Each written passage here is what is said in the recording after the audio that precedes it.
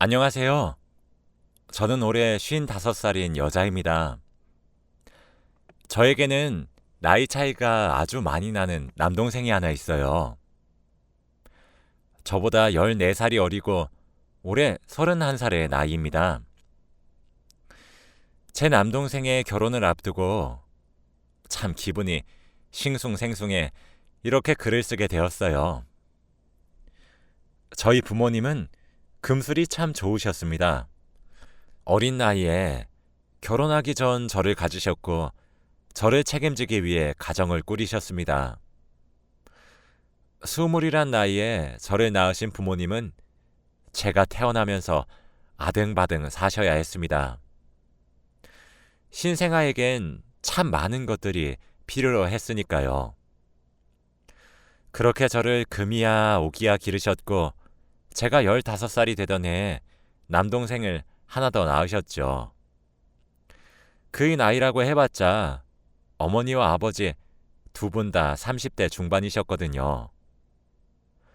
그런데 제 어머니는 몸이 정말 연약하신 분이셨어요. 그래서 제가 힘들게 태어났다고 들었거든요. 저는 그래도 어머니가 젊었을 때 낳아서 괜찮았을지 몰라도 30의 중반의 나이에 한 번 더 하는 출산은 어머니께 꽤 위험했었나 봅니다. 어머니는 남동생을 낳고 그렇게 눈을 더는 뜨지 못하셨어요. 저희 아버지는 그렇게 아들을 얻고 아내를 잃어야만 했습니다. 제가 곁에서 지켜봐 왔을 때에도 아버지는 어머니를 참 많이 사랑하셨습니다. 동네에서 보기 드문 인꼬 부부라고 소문이 날 정도셨죠. 그래서 아버지는 새로 태어난 제 남동생의 탄생보다 어머니를 잃은 슬픔에 더욱 빠져 계셨습니다. 그래서 남동생을 돌보는 것은 오롯이 제 몫이 되어버렸죠. 어머님을 보내신 후에도 아버지는 돈을 계속 벌어야 했기 때문에 저는 남동생을 제가 키워야만 했죠. 처음엔 남동생이 참으로 미웠습니다. 조그만 이 존재 하나 때문에 제가 사랑하는 어머니는 하늘나라로 가셨고 아버지도 더 이상 웃음을 지어주시지 않으니 제가 얼마나 원망했는지 몰라요. 그런데도 그 아이는 잘 울지도 않았습니다. 잠도 잘 잤고 보채는 것도 없었죠. 지금 생각해보면 갓난아이가 저렇게 순할 수 있나 싶을 정도로 매우 순한 아이였던 거죠. 저희 사정을 불쌍히 여기신 앞집 아주머니가 참 많이 도와주셨습니다. 저희 아버지는 지역을 돌아다니면서 일을 하셔서 집에 저와 남동생만 있어야 했는데 제가 학교에 가 있는 시간 동안에는 앞집 아주머니가 남동생을 봐주셨어요. 제가 학업을 졸업하고 성인의 나이가 되었을 때 제 남동생은 고작 6살이었습니다. 그런데 그때 예상치 못한 비극이 찾아왔어요. 전생에 제가 나라를 팔아먹었던 것인지 아버지가 그만 교통사고로 중태에 빠져버렸습니다. 응급 상황을 여러 번 넘기시다 결국 6년 만에 어머니의 뒤를 이으셨어요. 제겐 아버지의 사망보험금 1억이 전부였습니다. 1억으로 이제 6살이 된 남동생과 성인이 된 제가 사회에서 살아남는다는 사실은 정말 말도 안 되는 일이었습니다. 전 선택해야 했어요. 대학을 포기하고 남동생을 키우는 것에 올인할 것인지 사망보험금으로 대학까지는 졸업을 할 것인지를 말이에요. 처음에 대학이고 뭐고 공장에 당장이라도 취직해 일을 하려고 했어요. 대학에서 합격 발표가 나서 등록금을 내야 했지만 당장 부모가 없는 상태였고 앞으로를 위해 학업을 포기하려고 했습니다. 그런데 그때 앞집 아주머니께서 그러지 말라고 말씀하시더군요. 자신이 조금 더 도와줄 수 있으니 대학교를 나와야 한다고, 그래야 하늘에 있는 부모님이 덜 미안하실 거라고 하면서 말이에요. 그때 아주머니에게 안겨서 눈앞이 막막하다고 아주 펑펑 울었습니다. 그런 저를 아이고 불쌍하다, 아이고 불쌍해서 어떻게 하니? 라고 하시며 저를 끌어안고 함께 눈물을 흘려주셨습니다.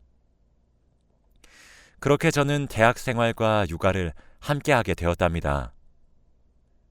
주위에서도 손가락질을 참 많이 받았어요. 애가 애를 업고 다니니 미혼모란 소문도 많이 났죠. 동생도 엄마의 손길이 아닌 서툰 누나의 손길로 자랐기 때문에 저를 종종 엄마라고 부르기도 했었거든요. 대학교 공부를 해도 전 친구들을 제대로 사귈 수가 없었어요. 빠르게 집으로 가서 아이를 봐야 했거든요. 제가 친구들과 함께 놀 돈도 아까웠고, 제가 그렇게 밖으로 나돌면 나돌수록 제 남동생은 남들보다 뒤처지게 될 테니까요. 제 손으로 아이를 키우고 있다 보니 그것도 싫더라고요.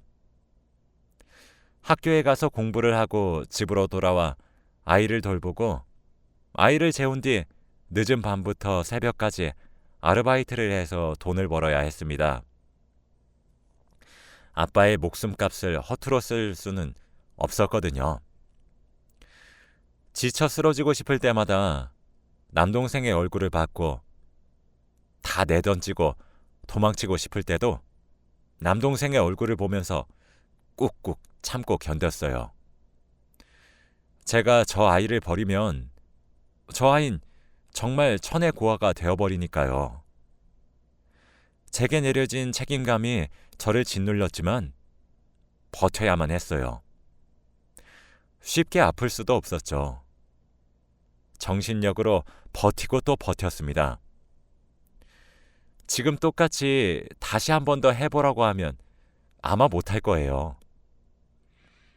그렇게 남동생은 하루가 다르게 쑥쑥 컸고 초등학교에 입학하게 되었죠. 남동생은 초등학교에서 교육을 받는 6년 동안 늦게 알아도 될 법한 진실들을 알게 되었습니다. 우리 집에는 부모가 없다는 사실과 그리 부유하지 않다는 사실, 그리고 우리가 고아란 사실이 많이 티가 난 것도 알게 되었습니다. 그래서 동네 사람들에게 우리가 동정받고 있다는 사실까지 말이에요. 앞집 아주머니와 같이 좋은 어른들도 많았지만 그런 우리의 겉모습만 보고 손가락질을 하는 나쁜 어른들도 있다는 사실도 알게 되었죠. 남동생은 학교에서도 놀림도 많이 받았습니다. 부모가 없다는 문제로 말이에요. 그런데 우리 남동생은 제게 그런 것들을 하나도 티내지 않았어요. 아마 그 당시 어린아이의 시선에 보기에도 20대의 여자 혼자서 아이까지 책임지는 것이 상당히 벅차 보였나 봐요. 나중에 남동생의 담임 선생님께 상담을 받으러 갔다가 그렇게 놀림을 받고 있는 광경을 목격했을 때 제 심정은 아마 아무도 모르실 겁니다. 저는 결혼도 출산도 하지 않았지만 이미 남동생을 제 아이처럼 기르고 있었기 때문에 부모의 마음과 다를 바 없었거든요. 누나를 걱정시키고 싶지 않다는 남동생의 마음을 존중해 저도 끝내 모른 척을 했습니다. 마음 같아서는 내 동생을 괴롭히는 아이들의 머리통을 갈겨주고 그 집 부모들을 찾아가서 아주 쑥대밭을 만들어주고 싶은 마음이 굴뚝 같았는데 남동생의 자존심을 위해 참았습니다. 남동생은 그런 와중에도 공부도 곧잘 했어요. 형편이 여의치 않아 비싼 과외 한번 제대로 시켜주지 못했지만 항상 전교에서 5손가락 안에 드는 수재였죠. 지금 생각해보면 아마 어린아이가 할 수 있었던 최고의 선물이 성적표였던 것 같습니다. 좋은 성적을 받아와 제게 보여줬을 때 제가 환히 웃었던 것을 보며 동생이 뿌듯해했거든요. 저희 남매는 그렇게 나이를 먹어갔습니다. 모르는 것들은 앞집에 계신 아주머니께 여쭤보고 배워가면서 말이에요. 앞집 아주머니는 정말 저희 남매의 은인이시죠. 하얀 빨래에 얼룩이 지면 어떻게 해야 하는지 같은 기초적인 살림살이부터 공과금이랑 전기세 이런 것들도 어떻게 내는지 배웠고, 정부에서 지원을 받을 수 있는 제도들도 아주머니께서 많이 알려주셨답니다. 다행히도 아주머니의 자식들이 전부 결혼하고 출가한 뒤라 저희 남매에게 도움을 주실 수 있으셨거든요. 그런 아주머니도 항상 저를 안타까워하셨고 안쓰러워하셨습니다. 동생에게 너무 목을 매지 말고 저보고 제 인생을 항상 살려고 노력을 해야 된다고 했죠. 꽃다운 나이인데 연애도 안 하고 뭐 하냐고 하면서요. 그 나이는 2번 다시 돌아오지 않는다고, 청춘은 소중한 것이라고 하시면서 말입니다. 자기한테 조금 더 맡기고 하고 싶은 것도 조금씩 하고 살라고 하시기도 하셨죠. 그런데 그게 어떻게 되나요? 눈앞에 아직 어리기만 한 동생이 아른거리는데 말이에요. 제가 제 청춘을 즐기겠다고 동생을 잠시 뒷전으로 밀어놓으면 제 마음이 편하지도 않을 테고, 그리고 동생은 엄마와 아빠의 손길보다 누나인 제 손길에 자랐기 때문에 저를 계속 찾습니다. 그런 아이가 눈에 밟히는데 제 마음대로 청춘을 즐기는 건 도무지 할 수 없었어요. 게다가 동생이 커가면 커갈수록 들어가는 돈도 많고 나가야 할 돈도 많은데 그런 여유를 즐길 순 없었죠. 적어도 부모님 다 돌아가셔서 어린 동생과 남겨진 제게는 사치 같은 이야기였습니다. 그 사이 남자를 아예 만날 수 없었고요. 누군가에게 벅차 보인다는 말을 듣고 싶지도 않고, 저를 잘 모르는 사람이 제게 고생이 많다고 가짜는 위로나 동정을 건네는 게 기분이 참 별로였거든요.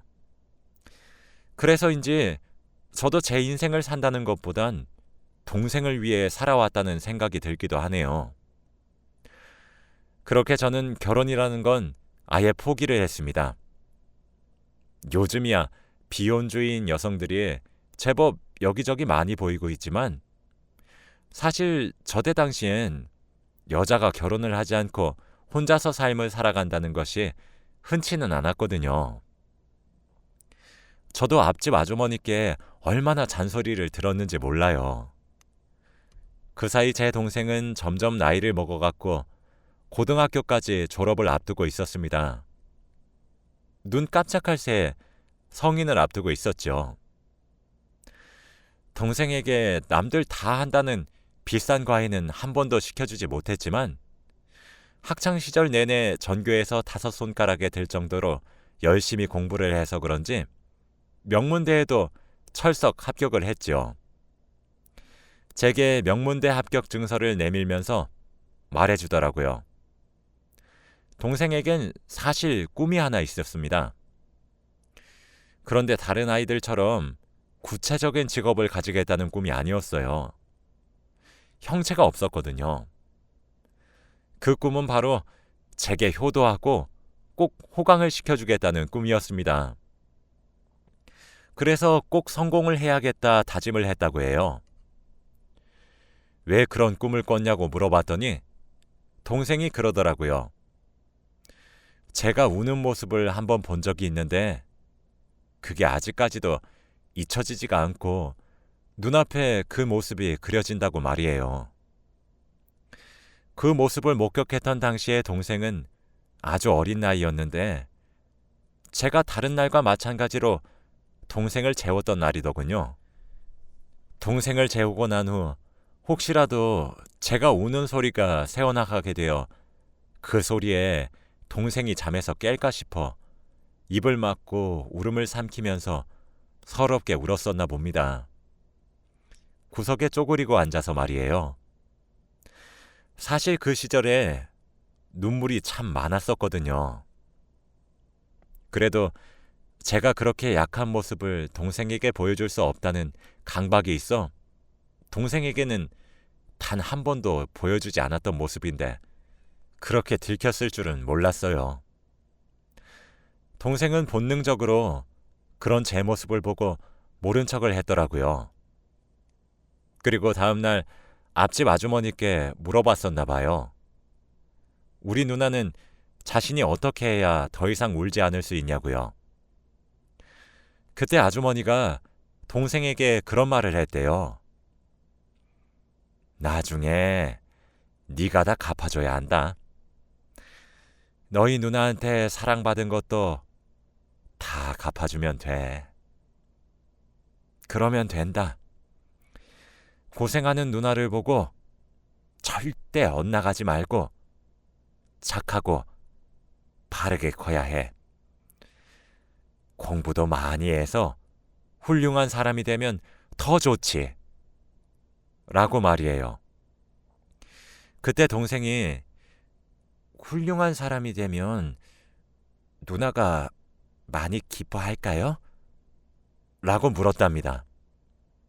그랬더니 아주머니가 당연하지. 라고 대답했다고 하더라고요. 그때부터 동생의 꿈은 제가 한박 웃음을 지으며 행복하게 사는 것이었다고 해요.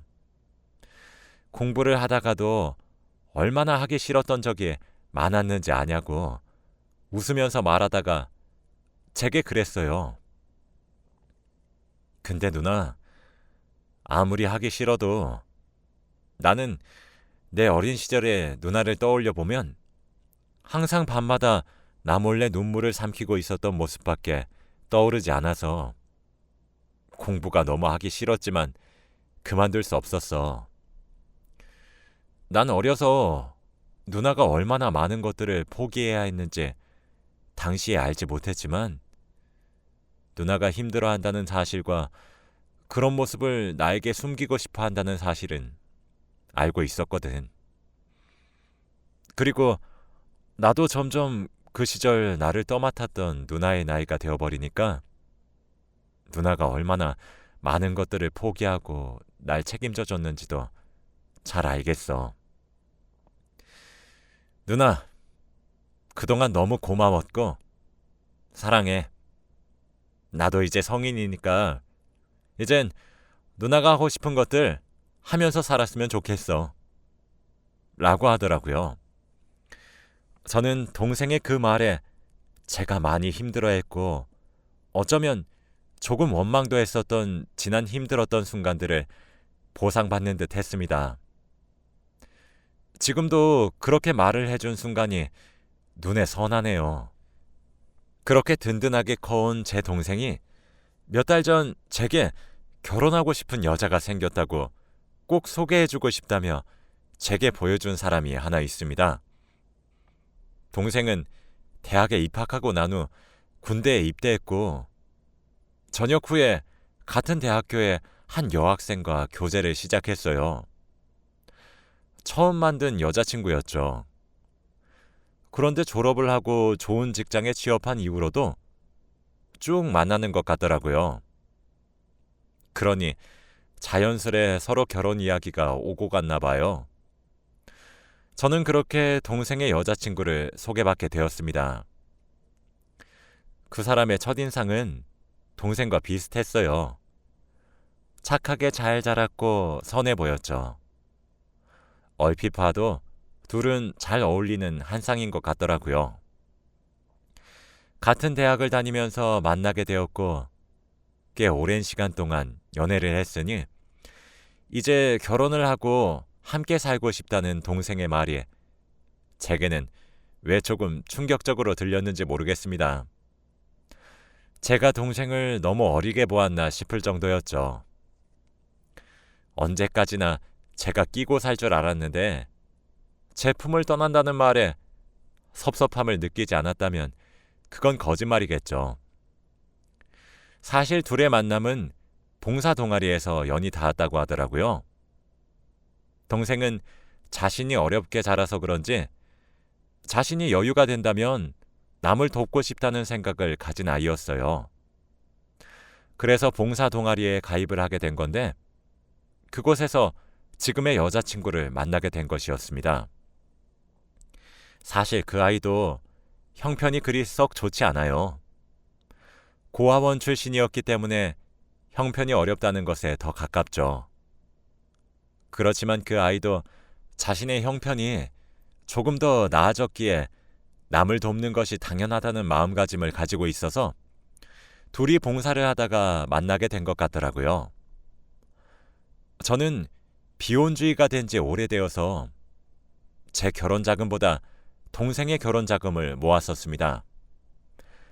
동생의 결혼 결심에 정말 지금 보여준 너의 여자친구와 100년 해로 하며 행복하게 살 수 있겠냐 물어보니 당연하지 라고 대답하는 동생에게 제가 모아놨던 결혼 자금을 쥐어주려고 했어요.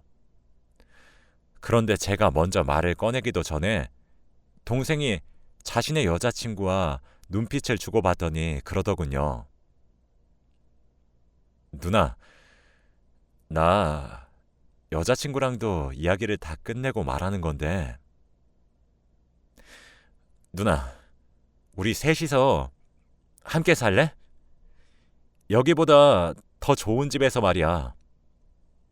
나도 이제 돈도 많이 벌어. 라고 말이에요. 동생의 여자친구도 네, 저도 좋아요. 사실 연애하면서 얼마나 누나 얘기를 많이 했는지 몰라요. 그래서 저도 항상 궁금했었거든요.